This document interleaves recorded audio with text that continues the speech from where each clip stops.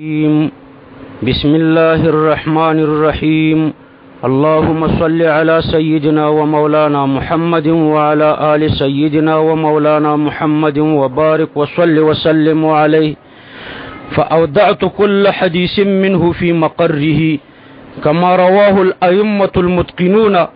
ما هر حدیث په خپل ځای کې کیښودو لکه څرنګه چې روایت کړی دی د دې حدیث هغه امامانو چې هغه مضبوط امامان د علم الحدیث والثقات دا جمع د ثقتون د په معنا د عادلانو عادل امامانو الراسخون یعنی الثابتون دوی ثابت قدم بمحافظة هذا العلم مثل أبي عبد الله محمد ابن إسماعيل البخاري لك أبي عبد الله محمد ابن إسماعيل البخاري.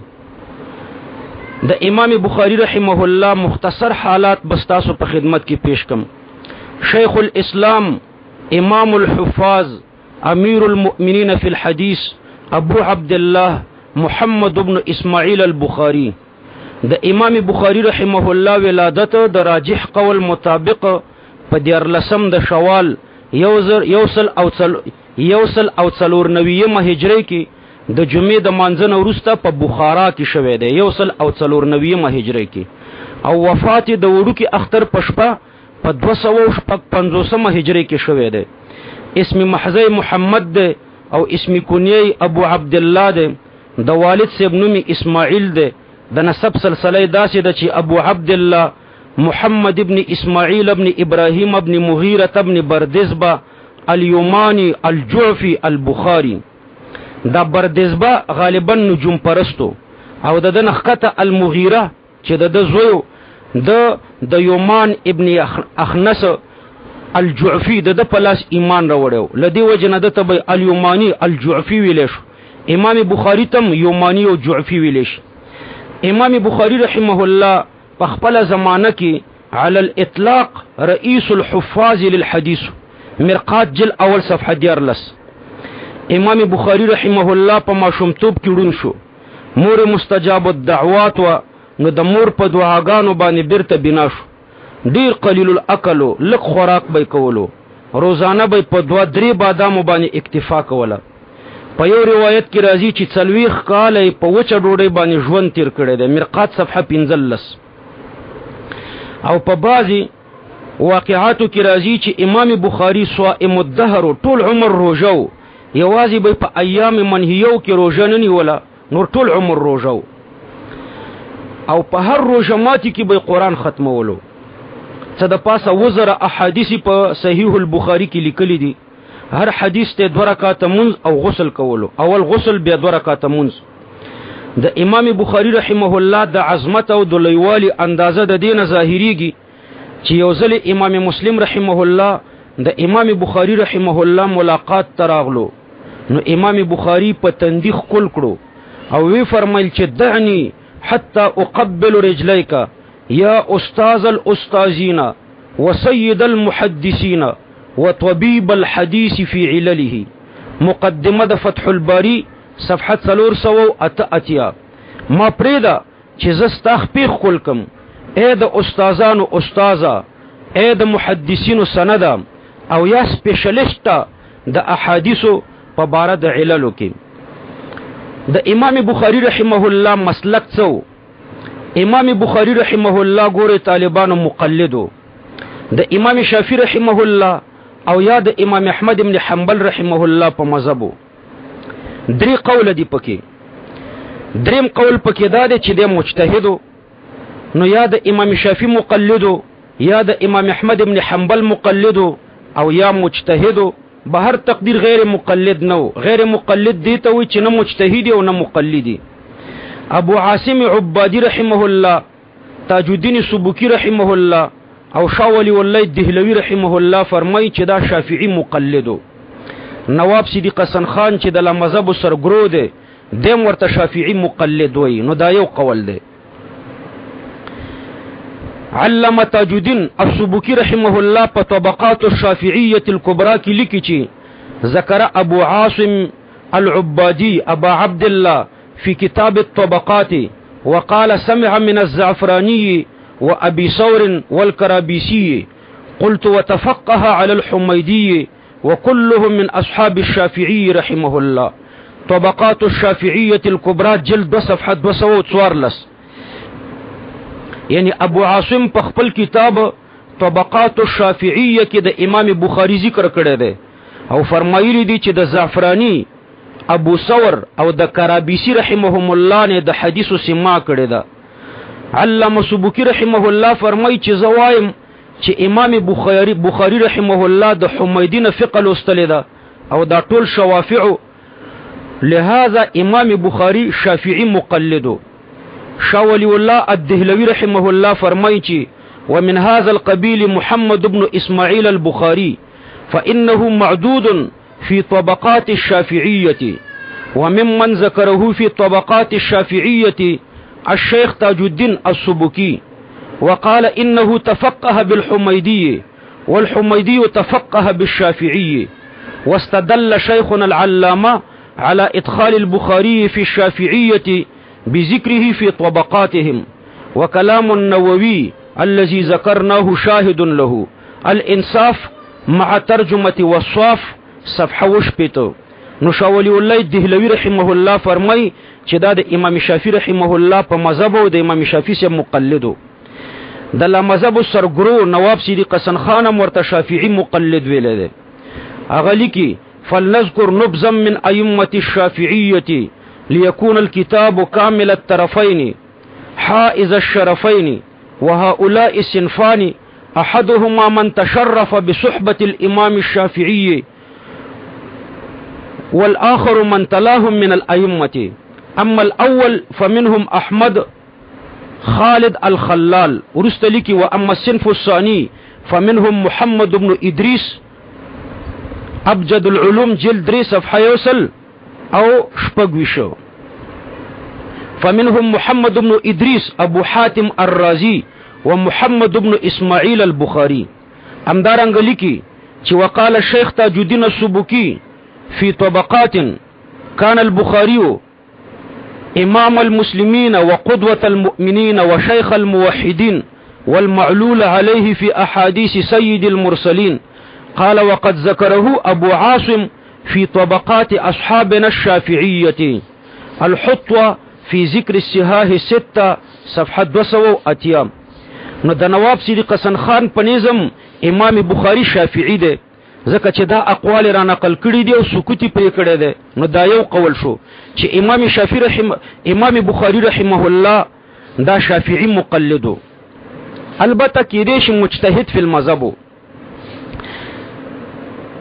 بل طرف ته ابو يعلى او علم ابن تيميه او علم ابن القيم د درې ورته حنبلی مقلد ویل دي.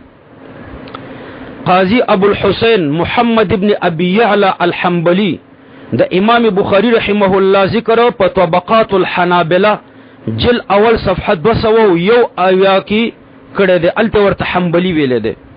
ابن تيميه رحمه الله ورته حنبلی مقلد وای. هغه په یو ځای کې لیکي چې وائمه الحديث كالبخاري ومسلم والترمذي والنسائي وغيرهم ايضا من اتباعهما اي من اتباع احمد بن حنبل واسحاق بن راهوي وممن ياخذ العلم والفقه عنهما. فتاوى ابن تيميه جل 15 صفحه 202. نو ابن تيميه رحمه الله ورته حنبلي مقلد وي. علم ابن القيم رحمه الله فرمایي وكذلك البخاري ومسلم وابو داود والاسرم وهذه الطبقة من أصحاب أحمد اتبع له من المقلدين المحض المنتسبين إليه. إعلام الموقعين جلد صفحة 202. بعض خلق امام بخاری رحمه الله ته مجتهد مطلق و دا دریم قول دی او د شافعي والی لپاره داسې توجیه کوي چې د شافعي په دې اعتبار سره ویل شي چې د اجتهاد د امام شافعي رحمه الله د اجتهاد سره مطابق، لیکن دا خبره د تحقیق نه مخالفه ده. حافظ ابن حجر رحمه الله فرمایي چې ان البخاري في جميع ما يورده من تفسير الغريب انما ينقله عن اهل ذلك الفن كأبي عبيدة والنضر بن شميل والفراء وغيرهم. وأما المباحث الفقهية فغالبها مستمدة له من الشافعي وأبي عبيد وأمثالهم. وأما المباحث الكلامية فأكثرها من الكرابيسي ابن كلاب ونحوها. فتح الباري جلد صفحة 253 باب ما يقول عند الخلاء. نو که مجتهد مطلق وی نو په فقهي مباحثو کې به د امام شافعي رحمه الله او د امام ابو عبید نه استمداد نه کولو بلکې په خپل به اجتهاد کولو. دا یو وجه چې د مجتهد مطلق نو. دویم که امام بخاری رحمه الله مجتهد مطلق وی نو د ذکر به په طبقات الفقهاء کې راغلو. دریم د مجتهد مطلق د پر خپل اصول وی چې د هغه اصول پرانا کې اجتهاد کوي او د امام بخاری رحمه الله داسې اصول نشته. څلورم که امام بخاری رحمه الله مجتهد مطلق وی نو د فقه په کتابونو او په اختلاف الفقهاء کې به د اقوال را نقل کېدل، حالا کې د فقهي قول څوک نه را نقلی. امام ترمذی رحمه الله د امام بخاری رحمه الله شاګرد دی. د حدیث د تصحیح او د تضعیف په سلسله کې د امام بخاری اقوال را نقلی، لیکن په اختلاف الفقهاء کې د قول نه را نقلی. لہذا امام اهل سنت مولانا سرفراز خان صفدر رحمه الله فرمای چې امام بخاری رحمه الله شافعی المذهب، نه مجتهد مطلق او نه په دې معنا باندې شافعی چې د اجتهاد د امام شافعی رحمه الله د اجتهاد سره مطابق، بلکې د دومره وسعت نظری سره سره شافعی المذهب مقلد. طائفه منصوره صفحه 111. نو دې ګوره مقلد امام بخاری مقلد شو او وکټوریان تقلید ته شرک او گمراهی او بدعت وای. نو په امام بخاری باندې صفت ورکوي. د دین علاوه طالبانو په صحیح بخاری کې قابل فخر احادیث د وزر نه زیات احادیث پکې دي د مکررات سره او د حذف د مکررات سره 4000 احادیث دي پکې تقریبا، خو قابل فخر احادیث پکې ثلاثیات دي. په صحیح البخاری کې 22 ثلاثیات دي او په دې کې شل د حنفي مقلدینو نه روایت کړي دي. وکټوریان په دې حنفي مقلدینو باندې صفت ورکړي. یو نقطه درته ذکر کوم طالبانو، دا 22 ثلاثیات په دې کې شل ثلاثیات چې د امام بخاری قابل فخر احادیث دي. امام بخاری ور باندې ناز کوي او رښتیام چې قابل فخر احادیث دي. د حنفي مقلدینو نه روایت کړي دي او د اسماء الرجال په کتابونو کې په دې رجال باندې وړي وړي جرح کیږي چې د واهمه خراب وا، د حافظه خراب وا، لیکن په یو راویم دا جرح نه کړي چې د مقلدو. نو تقلید واجب ده، ولی به د تقلید جرح ور باندې کوي. ګوره په دې ثلاثیاتو کې په دې 22 ثلاثیاتو کې امام بخاری 11 ثلاثیات د مکی ابن ابراهیم نه روایت کړي دي او دا حنفیو د امام ابو حنیفه رحمه الله فدایی شاګردو. یو ورځ د په درس کې یو چا د امام ابو حنیفه رحمه الله پس یو څه خبره وکړه ګستاخی، هغه د درس نه وشړلو. دا د امام سے بالذات شاګردو. شپږ د ابو عاصم النبیل نه روایت کړي دي چې دام د امام سے بالذات شاګردو. درې د محمد ابن عبد الله الانصاری نه روایت کړي دي چې دام د امام سے په شاګردانو کې. دا شلې د حنفي مقلدینو نه روایت کړي دي. په دې شلو ثلاثیاتو کې د امام بخاری استادان حنفي مقلدین دي. شلو نه اخواته یوشتمه د خلاد ابن یحیی الکوفی نه روایت کړي دي او یو بیا د عاصم ابن خالد الحمصی نه روایت کړي دي. په بخاری کې ټول راویان تقریبا 310 دي. په دې کې څه د پاسه 300 عراقیان دي، 200 عراقیان دي او په دې کې تقریبا 15 کوفیان دي او 15 اتیا پکې بصریان دي او باقی د نورو خارونو دي. د امام بخاری د یو څو هغه استادانو نمونه چې د امام سے بالذات شاګردان دي او د امام بخاری استادان دي، یا د امام صاحب شاګردان دي یا د امام صاحب د شاګردانو شاګردان دي، خو د امام بخاری استادان دي. دا غو یو شل نمونه بستاسو په خدمت کې پیش کم. امام احمد دا د امام ابو یوسف شاګردو او د امام بخاری استادو. سعید ابن ربیع دا د امام ابو یوسف شاګردو او د امام بخاری استاد دی. په صحیح بخاری کې د دنه روایت را نقلی. امام الضحاک ابن مخلد ابو عاصم النبیل دا د امام صاحب شاګردو او د امام بخاری په ثلاثیاتو کې استاد دی. شپږ ثلاثیات د دنه روایت کړي دي. عباس ابن وکیع د امام بخاری استاد دی او د امام ابو یوسف شاګرد دی. عبد الله ابن یزید العدوی دا د امام بخاری استاد دی او د امام اعظم ابو حنیفه رحمه الله شاګرد دی. عبید الله ابن موسی دا د امام بخاری رحمه الله استاد دی او د امام اعظم ابو حنیفه رحمه الله شاګرد دی. علی ابن جهد الجوهری دا د امام بخاری رحمه الله استاد دی او د امام ابو یوسف رحمه الله شاګرد دی. علی ابن حجر المروزی دا د امام بخاری رحمه الله استاد دی. په بخاری کې د دنه روایت دی او د امام ابو یوسف شاګرد دی. علی ابن المدینی دا د امام بخاری رحمه الله استاد دی او د امام ابو یوسف شاګرد دی. فضل ابن عمر دا د امام بخاری استاد دی او د امام صاحب شاګرد دی. محمد ابن صباح الدولابی دا د امام بخاری استاد دی او د امام ابو یوسف شاګرد دی. محمد ابن عمرو ابن جبله دا د امام محمد شاګرد دی او د امام بخاری استاد دی. محمد ابن عبد الله المثنى دا د امام بخاری استاد دی او د امام ابو حنیفه شاګرد دی. محمد ابن مقاتل دا د امام بخاری استاد دی او د امام محمد شاګرد دی. مکی ابن ابراهیم چې دا د امام بخاری قابل فخر استاد دی. یولس ثلاثیات قابل فخر احادیث په بخاری کې ترینه روایت کړي دي. دا د امام صاحب شاګرد دی. هشام ابن عبد الملک الباهلی دا د امام محمد شاګرد دی او د امام بخاری رحمه الله استاد دی. هشام ابن خالد خارجه هشام ابن خارجه دا د امام بخاری رحمه الله شاګرد دی. د امام بخاری رحمه الله استاد دی او د امام ابو یوسف شاګرد دی. یحیی ابن صالح دا د امام محمد شاګرد دی او د امام بخاری استاد دی. یحیی ابن معین دا د صاحبینو شاګرد دی او د امام بخاری استاد دی. یحیی ابن بکیر دا د امام ابو یوسف شاګرد دی او د امام بخاری رحمه الله استاد دی.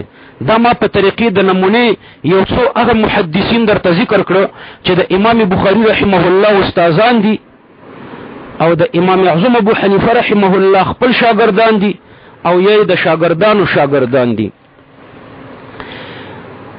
د امام بخاری د کتاب د صحیح البخاری بنیاد دا په تقلید باندې اخدل شوی دی.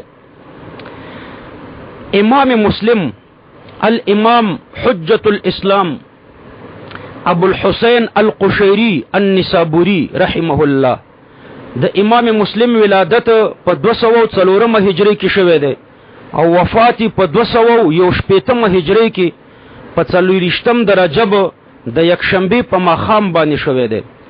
اسم محضی مسلم ابن الحجاج دی او اسم کنیه ابو الحسین دی. لقب عساکر الدین دی. اسم نسبتی قشیری او نسابوری دی. په علم حدیث کې د مرتبه د امام بخاری رحمه الله نرسته ده. امام ابو عمر فرمایي چې ما د ابو العباس نه پوښتنه وکړه چې په امام بخاری او امام مسلم کې څوک لوی عالم دی؟ نو هغه جواب راکړو چې دواړه عالمانو. بیا ما پوښتنه وکړه، هغه بیا همغه جواب راکړو چې دواړه عالمان دي. په اخر کې ما ته وفرمایل چې امام بخاری د شامیانو په باره کې اختلاط کوي، کله د یو راوی نوم ذکر کوي او کله اسم کنیا، چې د دین خلکو ته دا شک پیدا کیږي چې دا به دوه کسانی، لیکن امام مسلم داسې نه کوي. تذکرہ جلد 2 صفحه 509 اتیا. امام دارقطنی رحمه الله فرمایي چې که امام بخاری نه وي نو امام مسلم بچا نه ویل لیدل. په هر حال په دواړو امامانو کې هر یو ته آیت من آیات الله ویلش. جزائری رحمه الله فرمایي چې په صحیح مسلم کې باسقاط المکررات تقریبا 3000 احادیث دي. ابو الفضل احمد فرمایي چې سره د مکرراتو 12000 احادیث دي. او ابو الحفص المیانجی رحمه الله فرمایي چې 8000 احادیث دي. مقدمه د فتح الملهم جل اول صفحه 200. شاه عبد العزيز رحمه الله د امام مسلم رحمه الله په باره کې فرمایي چې من عجائب احوال مسلم انه مغتاب احدا في حياته ولا ضرب ولا شتم. بستان المحدثین صفحه 200. د امام بخاری د امام مسلم رحمه الله په عجایبو کې یو عجیبه صفت دا دی چې د چا غیبت په ژوند کې نه دی کړی، نه څوک وهلی دی او نه چاته کنځلي کړي دي. د صحیح بخاری او د صحیح مسلم په مرتبو کې فرق. بعض مغاربه صحیح مسلم ته په صحیح بخاری باندې ترجیح ورکوي، خو صحیح دا ده چې د صحت په لحاظ سره صحیح بخاری ته فوقیت حاصل ده او صحیح مسلم ته د حسن الترتیب او د وضع الاحاديث په لحاظ سره فوقیت حاصل ده. امام بخاری رحمه الله چې کله نسابور تراغلو نو امام مسلم ترې نه پوښتنه وکړي، امام بخاری رحمه الله جوابونه ورکړل. نو امام مسلم ورته فرمایل چې دعني اقبل رجليك يا استاذ الاستاذين وسيد المحدثين وطبيب الحديث في علله. ما پرېږده چې ستا خپې ښکل کړم اے د استاذانو استاذه او اے د محدثینو سردارم او اے سپیشلیشت طبیبه د احادیثو په باره د عللو کې. د امام مسلم رحمه الله د وفات حادثه داسې منځته راغله چې دته د کجورو یوه ټوکرۍ راوړلی شوه. امام مسلم رحمه الله په مطالعه مصروفو، یوه کجوره خوړله تر دې چې ټوکرۍ ختمه کړه، نو بدهضمه شو، مریض شو او د همدې نه وفات شو. د امام مسلم رحمه الله مسلک، امام مسلم د وفات حادثه مې درته ذکر کړه چې دته د کجورو یوه ټوکرۍ راوړلی شوه. امام مسلم په مطالعه کې مصروفو، یوه کجوره خوړله تر دې چې ټوکرۍ ختمه کړه، نو بدهضمه شو، مریض شو، د همدې نه وفات شو. مسلک د امام مسلم د مقلد وګوره، د په باره کې 4 قول دي. شاه ولی الله دهلوی رحمه الله فرمای چې دا شافعي مقلدو او د لا مذهب سرګرو نواب صدیق حسن خانم لیکلی دي چې دا شافعي مقلدو. ما تمس الیه الحاجه صفحه 25 او ابن ابي يعلى په طبقات الحنابلة کې ذکر کړی دی، ما تمس الیه الحاجه صفحه 26. نو ابن ابي يعلى ورته حنبلي مقلد وای او علم ابراهيم سیندی رحمه الله فرمای چې مالکیو. ما تمس الیه الحاجه صفحه 25 او دیم فرمایلی دي چې امام مسلم مجتهد منتسب الی الشافعی. حافظ ابن حجر په تقریب کې د مجتهدوالی ته اشاره کړې ده.